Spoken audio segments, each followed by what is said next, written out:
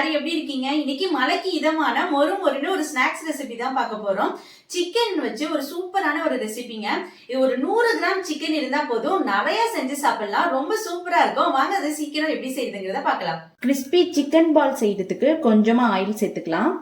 ஒரு 1/4 டீஸ்பூன் சோம்பு பொடி சேர்த்துக்கலாம். ஒரு கொத்து கருவேப்பிலை, ஒரு பெரிய வெங்காயம். வெங்காயம் வதங்குறதுக்கு கொஞ்சமா உப்பு சேர்த்துக்கலாம். இது எல்லாத்தையும் நல்லா வதக்கி விட்டுக்கலாம். வெங்காயம் வதங்கிருச்சு. 1/2 டீஸ்பூன் இஞ்சி பூண்டு பேஸ்ட் சேர்த்துக்கலாம். இஞ்சி பூண்டு பேஸ்ட் நல்லா பச்சை வாசனை போற அளவுக்கு நல்லா வதக்கி விட்டுக்கலாம்.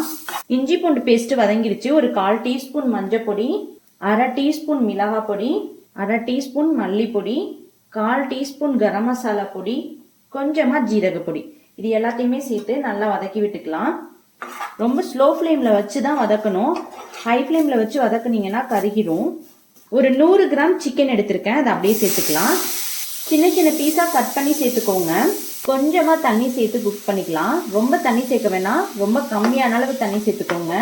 இந்த சிக்கன் போனா இருக்கக்கூடாது, போன்லெஸ்ஸா இருக்கணும். ஒரு 5 நிமிஷம் மட்டும் வேக வச்சு எடுத்துக்கலாம். தண்ணி எல்லாம் நல்லா வத்தி வந்துருச்சு. இந்த ஸ்டேஜில் கொஞ்சமா உப்பு சேர்த்து மிக்ஸ் பண்ணிக்கலாம். இதை நல்லா ஆற வச்சுட்டு மிக்ஸி ஜார்ல போட்டு ஒரு பல்ஸ் போட்டு எடுத்துக்கலாம். சிக்கனை ஒரு பல்ஸ் போட்டு எடுத்துட்டு வந்தாச்சு. பாருங்க, இந்த அளவுக்கு கொரகொரப்பா இருக்கணும். ரொம்ப நைஸா அரைச்சிட்டிங்கன்னா அந்த சிக்கனோட டேஸ்டே தெரியாம போயிடும். இந்த அளவுக்கு அரைச்சா போதும். இந்த சிக்கன் பால்க்கு ஒரு முட்டை எடுத்து வச்சிருக்கேன். இதை நல்லா பீட் பண்ணி எடுத்துக்கலாம்.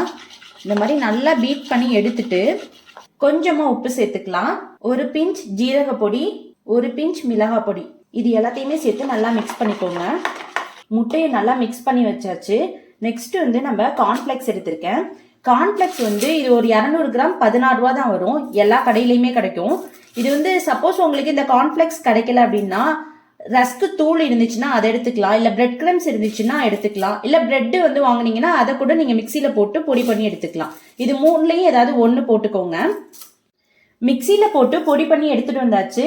இந்த அளவுக்கு பொடி பண்ணால் போதும். ரொம்ப ஃபைனாக பொடி பண்ணணும் அப்படிங்கிற அவசியம் கிடையாது. இப்போ முட்டையை பீட் பண்ணி வச்சுருக்கோம். இதையும் நல்லா பொடி பண்ணி எடுத்தாச்சு.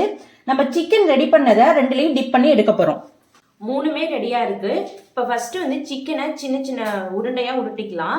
உங்களுக்கு எந்த சைஸில் வேணுமோ அந்த சைஸில் நல்லா உருட்டி எடுத்துக்கோங்க. நான் இந்த சைஸில் உருட்டியிருக்கேன். இப்போ அப்படியே முட்டையில் நல்லா டிப் பண்ணி எடுத்துக்கலாம்.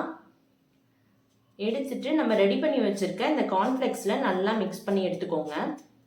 இப்போ இந்த மாதிரி எல்லாத்தையுமே ரெடி பண்ணிவிட்டு உங்களுக்கு மொத்தமாக காமிக்கிறேன். இந்த மாதிரி நல்லா உருண்டையாக ரெடி பண்ணி எடுத்துகிட்டு வந்துட்டேன். 100 கிராம் சிக்கனில் இவ்வளோ பீசஸ் வந்திருக்கு. நீங்கள் இன்னொரு 200 கிராம் சேர்த்து செஞ்சீங்கன்னா இன்னும் நிறைய பீசஸ் வரும். உங்கள் வீட்டுக்கு எவ்வளோ தேவையோ அந்த மாதிரி செஞ்சு எடுத்துக்கோங்க. இப்போ ஆயிலில் சேர்த்து பொரிச்சு எடுத்துக்கலாம். இந்த மாதிரி பொறுமையாக போடுங்க. நான் முட்டையில் டிப் பண்ணி எடுத்திருக்கேன். உங்களுக்கு சப்போஸ் முட்டை பிடிக்கல அப்படின்னா 2 டீஸ்பூன் மைதா மாவில் கொஞ்சமாக தண்ணி கரைச்சி கொஞ்சம் உப்பு சேர்த்து கலக்கிட்டு அதை டிப் பண்ணி எடுத்துக்கோங்க. சிக்கன் பால் எல்லாம் நல்லா குக்காகி வந்துருச்சு. பார்க்குறதுக்கே ரொம்ப சூப்பராக இருக்குது. சாப்பிட்றதுக்கு அதை விட டேஸ்ட்டாக இருக்கும். இதை ட்ரை பண்ணி பாருங்கள். ட்ரை பண்ணி பார்த்துட்டு என்னோட கமெண்ட் செக்ஷனில் சொல்லுங்கள். இந்த வீடியோ உங்களுக்கு பிடிச்சிருந்துச்சுன்னா சப்ஸ்கிரைப் பண்ணுங்கள், லைக் பண்ணுங்கள், மறக்காமல் பெல் ஐக்கானை கிளிக் பண்ணிடுங்க. தேங்க்யூ ஃபார் வாட்சிங்.